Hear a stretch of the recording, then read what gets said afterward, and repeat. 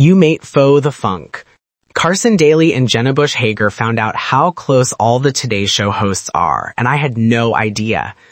There's not anything pretty like having a peace bestie, especially for folks that's still working outside the home and may spend as many waking hours, if not more, with their co-people as they do with Circle of Family.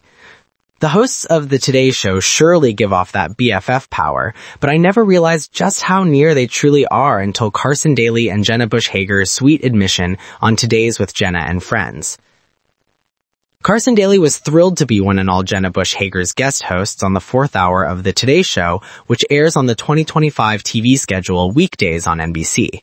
The Voice host had nothing but glowing things to say approximately his colleague, telling her, "I love you to loss of death," before describing her as a badass, smart, and an incredible mom. This dating reputedly doesn't stop when the cameras stop rolling, as Hager found out how close their families are, announcing, "Carson, we have had so many fun times with our families, so much so that my kids thought for a period of time that Carson's kids were cousins. They were like, 'When are the cousins coming?' I'm like, 'Which cousins?' They were like, 'London.' I'm like, 'She's not your cousin.' This is truly lovable and really shows how much time their kids should have spent together." Perhaps the biggest proof that the Today Show anchors are friends outside the workplace, although, is the way they bust each other's chops, just like Carson Daly's rivalry with Blake Shelton, which he called his and Jenna Hager's love language. After the former first daughter declared Carson Daly the most fun guy on staff, he quickly countered by questioning why, if that were the case, she'd welcomed 57 other guest hosts before him.